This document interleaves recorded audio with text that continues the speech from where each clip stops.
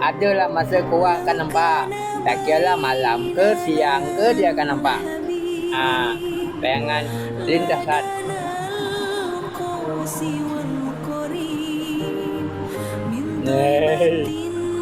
Alah, seram lah tu. Adalah tu seorang-seorang. Dia melintas daripada alih mata.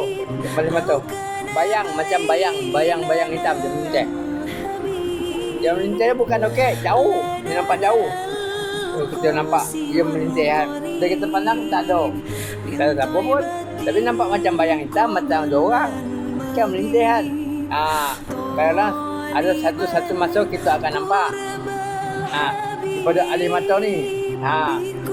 Dia yang ada nampak alih mata, sebelah alih mata itu bermakna bermakna macam mana cakap mana